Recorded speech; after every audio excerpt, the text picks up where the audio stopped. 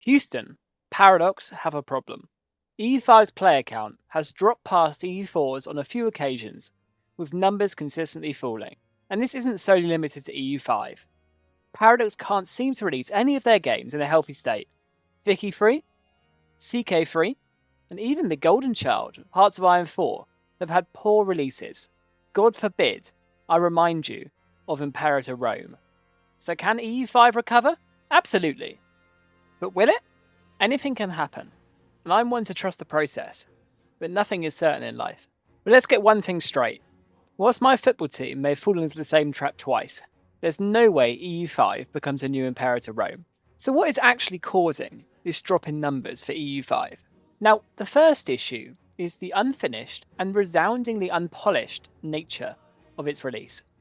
Complex systems that just don't work, over-tool typification, frequent bugs, issues, and bad optimization. The important thing to note is that these can all be fixed. The groundwork is absolutely there, and it's honestly the best Paradox 1.0 release so far. Is it an issue of, oh my steak is a bit too buttery? Well, the steak is definitely there. We can all see it, but it's like the cutlery just aren't right. The fork is a bit mangled, and the knife is completely missing. Now, don't get me wrong, we can definitely upgrade the steak too. We can turn that 6-ounce sirloin into a Chateaubriand. But what's far more important is letting the consumer take that first bite and fall in love. I mean, let's quickly compare early EU4 to late EU4. It's night and day.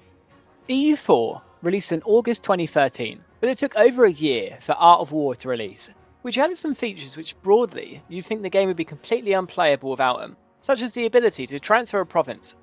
Imagine any war when whoever occupied first got the province. There was no ability to give it to your allies, give it to your subjects, it was just whoever got there first. Or the ability to use the subject's status belly, to sortie from sieges, or even to have to manually transport all of your armies for the entire game.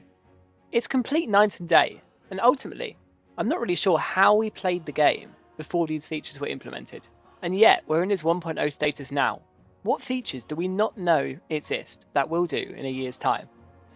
But even more worryingly, only 31% of people unlock the achievement to change a policy, a mechanic that you should be doing in the first few years of any EU5 run, which points to an issue of people simply not being able to get into it. And I understand. The skill floor is way too high.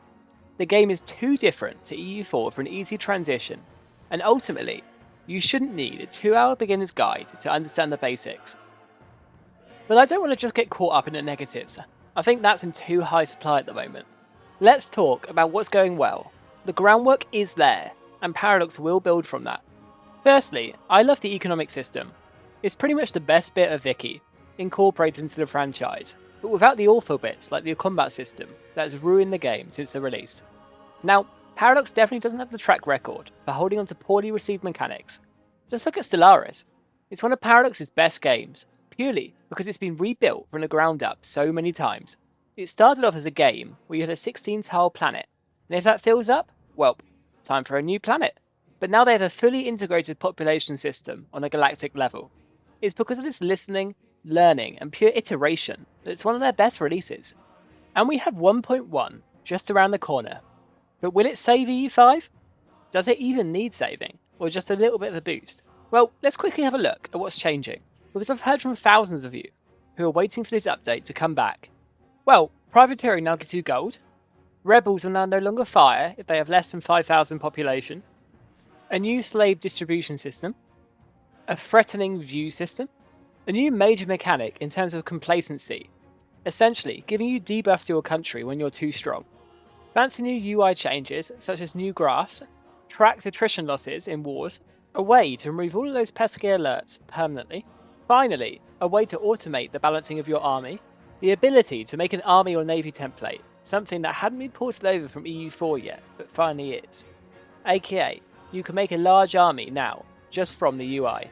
An end of war screen that shows you all of the stats and losses throughout the war, a rally point system for your levies, a local governor system to rebalance proximity across all games, AI aggressiveness, where you can choose how aggressive you want the AI to be, but the generic value will be much less aggressive than it is in the current patch, where France and Bohemia just take over the entire world, whilst also giving you some quality of life improvements, such as the ability to mass upgrade all of your buildings at the same time, or to buy or sell multiple locations. And a whole bunch more improvements, but I don't want to waste too much time on it. But Paradox are listening, and they are developing the game. Yet, it's a big gamble for them here. If they don't meet your expectations, or specifically, those are people who have been waiting for this update to come back to the game, what happens next? They lose faith.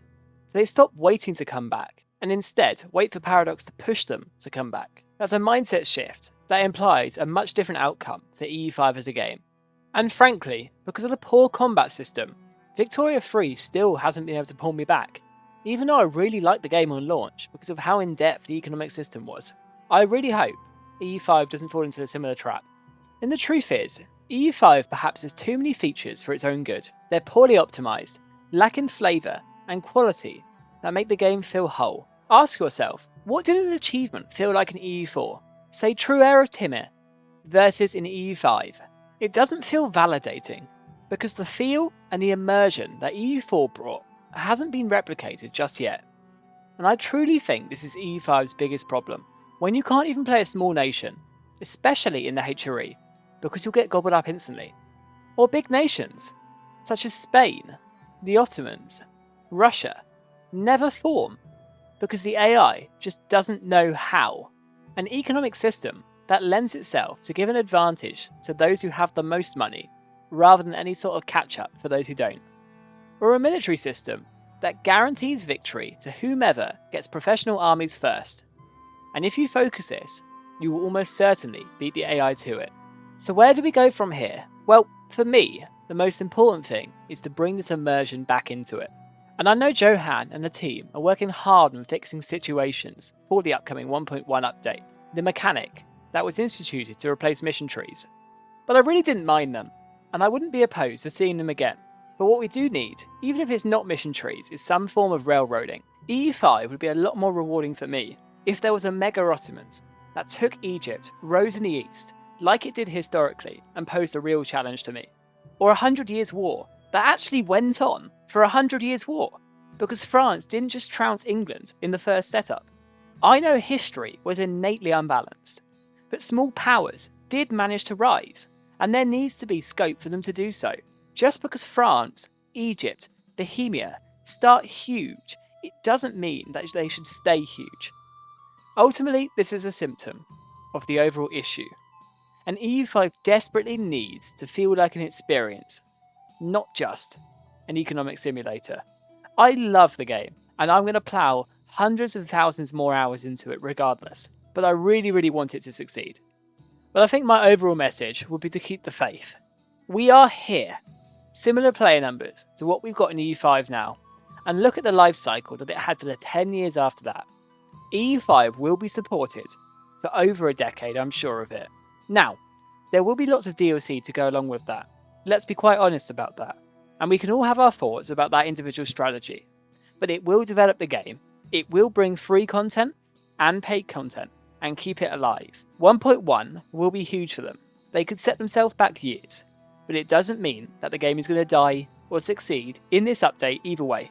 But they need to get it right. I'll still be here. I'll give you a depth of information about all of the new stuff that Paradox implement and change and keep you up to date. So if you wouldn't mind subscribing, that would be brilliant. And if you like the content, do let me know in the comments what you want to see next. And if you want to catch up on 8 minutes of my best EU5 tips, click the link on screen now.